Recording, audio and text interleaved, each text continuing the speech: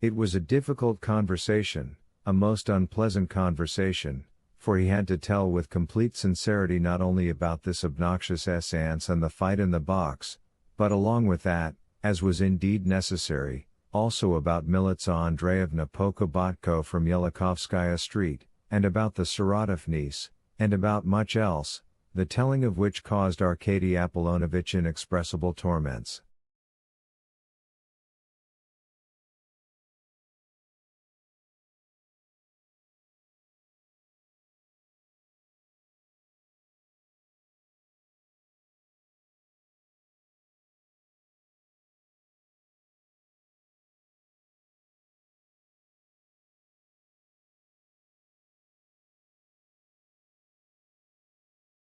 Needless to say, the testimony of Arkady Apollonovitch, an intelligent and cultivated man, who had been a witness to the outrageous essence, a sensible and qualified witness, who gave an excellent description of the mysterious masked magician himself and of his two scoundrelly assistants, a witness who remembered perfectly well that the magician's name was indeed Woland, advanced the investigation considerably.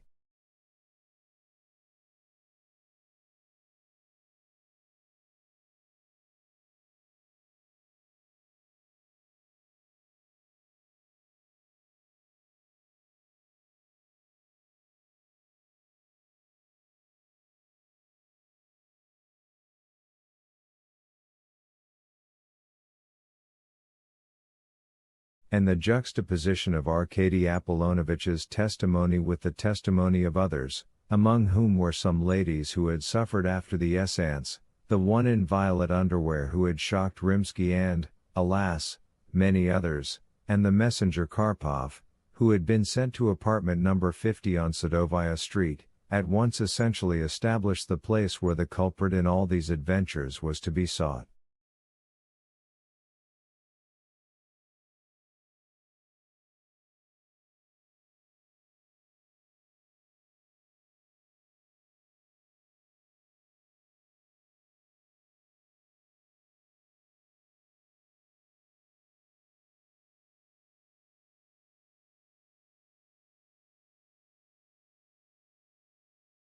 Apartment number 50 was visited, and not just once, and not only was it looked over with extreme thoroughness, but the walls were also tapped and the fireplace flues checked, in search of hiding places.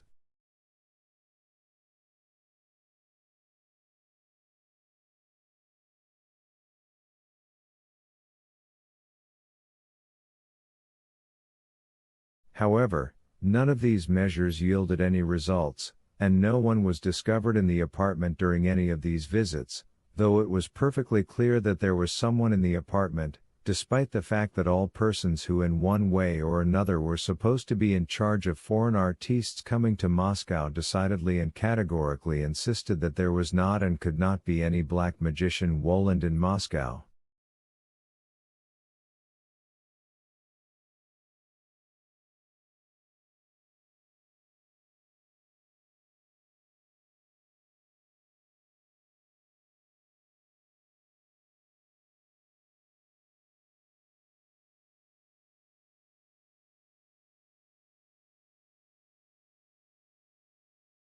He had decidedly not registered anywhere on arrival, had not shown anyone his passport or other papers, contracts, or agreements, and no one had heard anything about him.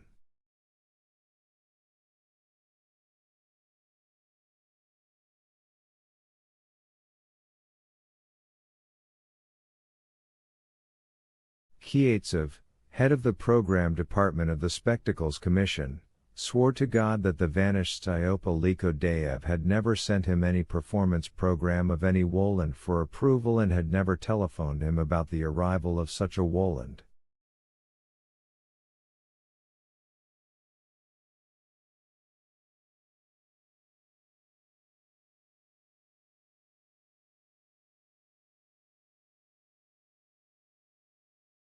So that he, Kietsev, utterly failed to see and understand how Styopa could have allowed such a essence in the variety.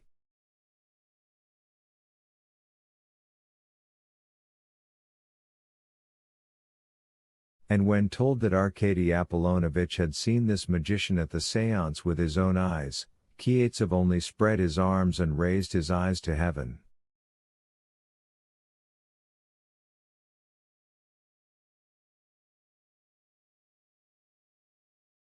And from Kietsev's eyes alone one could see and say confidently that he was as pure as crystal.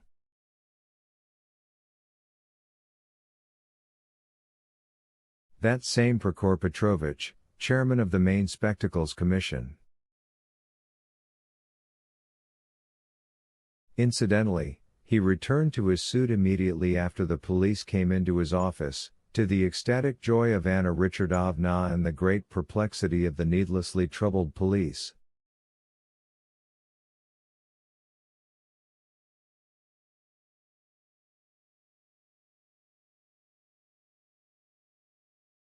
Also, incidentally, having returned to his place, into his gray-striped suit, Prokhor Petrovich fully approved of all the resolutions the suit had written during his short-term absence.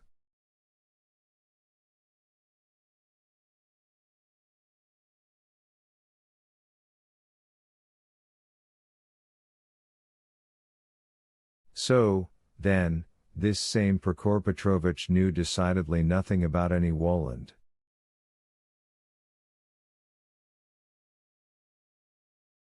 Whether you will or no, something preposterous was coming out, thousands of spectators, the whole staff of the Variety, and finally Sempliarov, Arkady Apollonovich, a most educated man, had seen this magician, as well as his thrice-cursed assistants, and yet it was absolutely impossible to find him anywhere.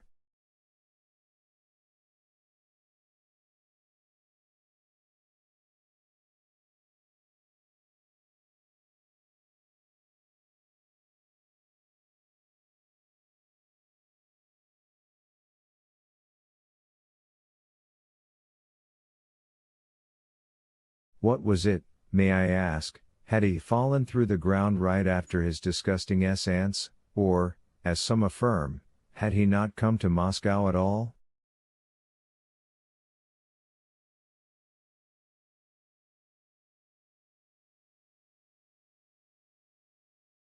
But if the first is allowed, then undoubtedly, in falling through, he had taken along the entire top administration of the Variety, and if the second, then would it not mean that the administration of the luckless theatre itself, after first committing some vileness, only recall the broken window in the study and the behavior of Ace of Diamonds, had disappeared from Moscow without a trace?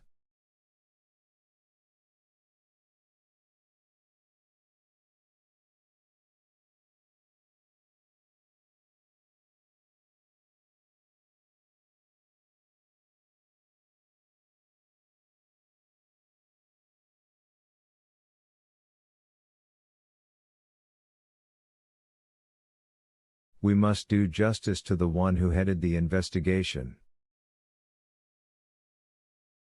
The vanished Rimsky was found with amazing speed. One had only to put together the behavior of Ace of Diamonds at the cab stand by the movie theater with certain given times, such as when the séance ended, and precisely when Rimsky could have disappeared, and then immediately send a telegram to Leningrad.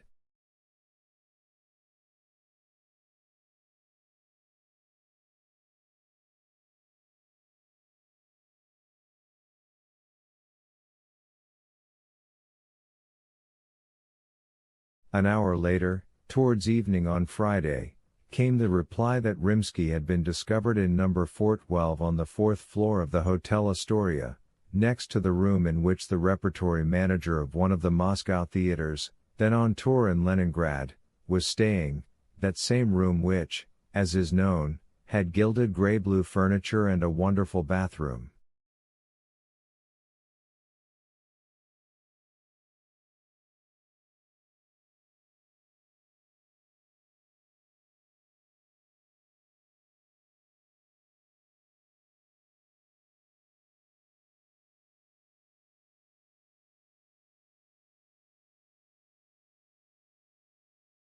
Discovered hiding in the wardrobe of number 412 of the Astoria, Rimsky was questioned right there in Leningrad.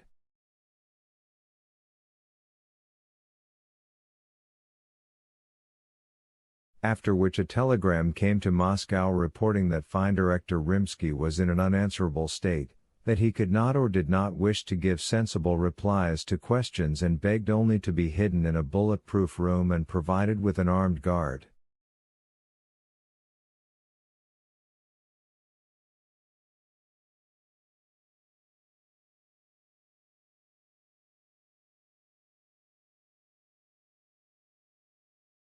A telegram from Moscow ordered that Rimsky be delivered to Moscow under guard, as a result of which Rimsky departed Friday evening, under said guard, on the evening train.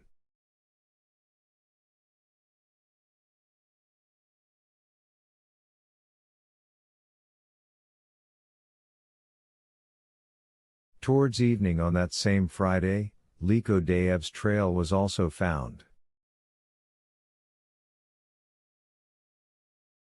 Telegrams of inquiry about Likodayev were sent to all cities, and from Yalta came the reply that Likodayev had been in Yalta but had left on a plane for Moscow.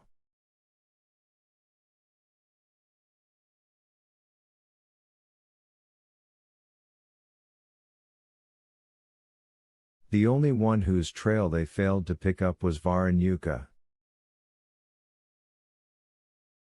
The famous theater administrator known to decidedly all of Moscow had vanished into thin air.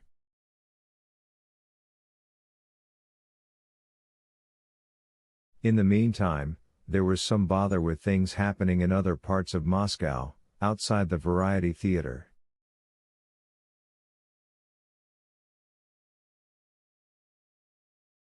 It was necessary to explain the extraordinary case of the staff all singing Glorious C. Incidentally, Professor Stravinsky managed to put them right within 2 hours, by means of some subcutaneous injections, of persons presenting other persons or institutions with devil knows what in the guise of money, and also of persons who had suffered from such presentations.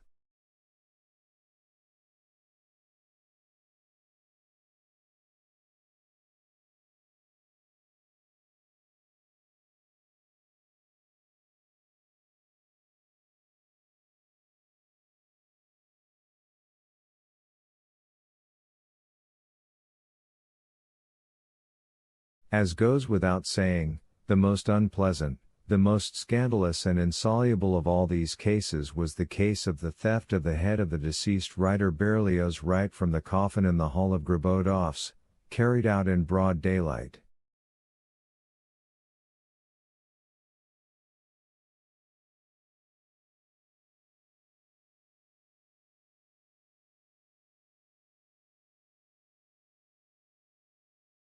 "12 men conducted the investigation, gathering as on a knitting needle the accursed stitches of this complicated case scattered all over Moscow.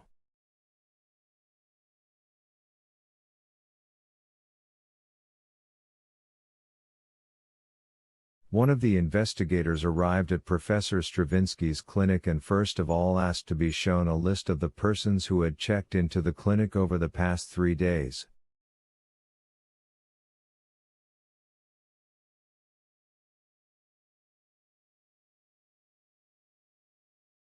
Thus they discovered Nikanor Ivanovich Bazoy and the unfortunate master of ceremonies whose head had been torn off.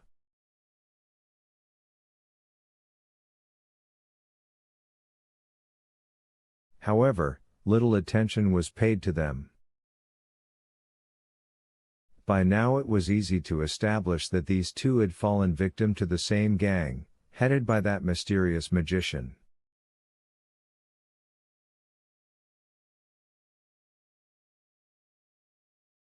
But to Ivan Nikolaevich Homeless the investigator paid great attention.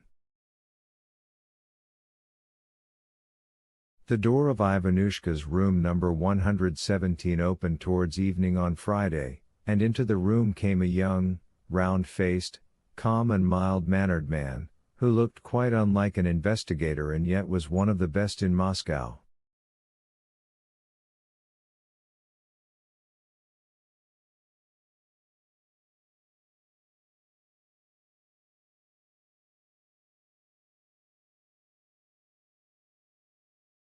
He saw lying on the bed a pale and pinched young man, in whose eyes one could read a lack of interest in what went on around him, whose eyes looked now somewhere into the distance, over his surroundings, now into the young man himself.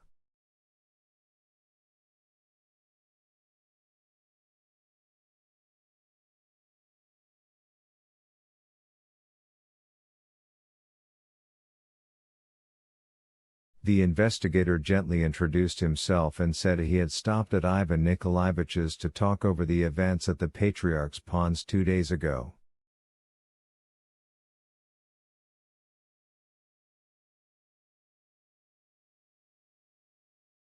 Oh, how triumphant Ivan would have been if the investigator had come to him earlier, say, on Wednesday night, when Ivan had striven so violently and passionately to make his story about the Patriarch's Ponds heard.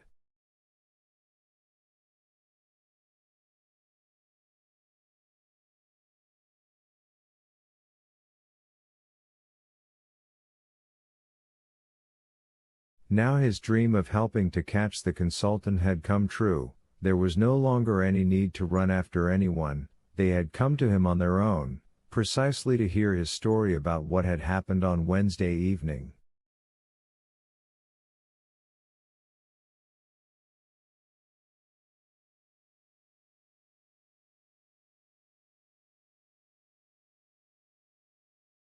But, alas, Ivanushka had changed completely in the time that had passed since the moment of Berlioz's death.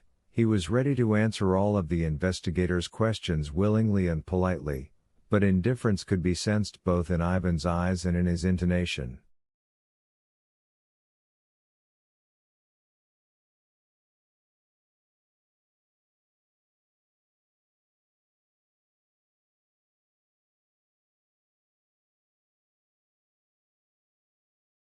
The poet was no longer concerned with Berlioz's fate.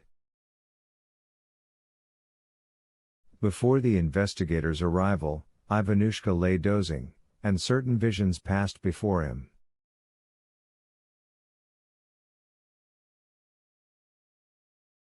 Thus, he saw a city, strange, incomprehensible, non-existent, with marble masses, eroded colonnades, roofs gleaming in the sun, with the black, gloomy and merciless Antonia Tower, with the palace on the western hill sunk almost up to its rooftops in the tropical greenery of the garden, with bronze statues blazing in the sunset above this greenery, and he saw armor-clad Roman sentries moving along under the walls of the ancient city.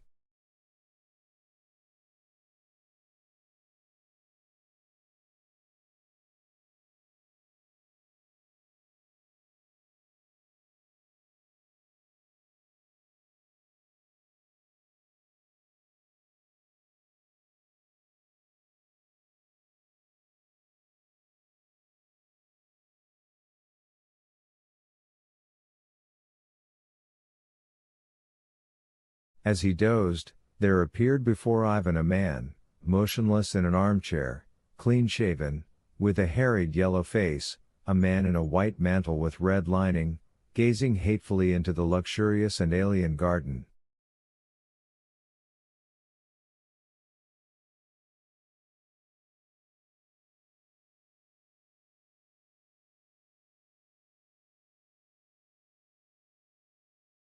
Ivan also saw a treeless yellow hill with empty cross-barred posts. And what had happened at the Patriarch's Ponds no longer interested the poet Ivan Homeless. Tell me, Ivan Nikolaevich, how far were you from the turnstile yourself when Berlioz slipped under the tramcar?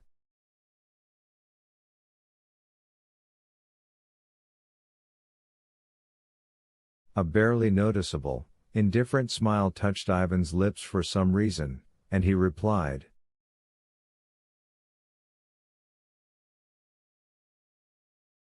I was far away.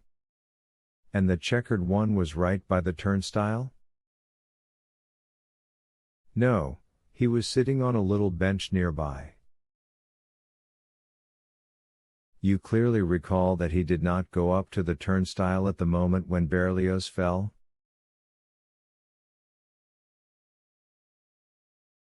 I recall. He didn't go up to it. He sat sprawled on the bench. These questions were the investigator's last.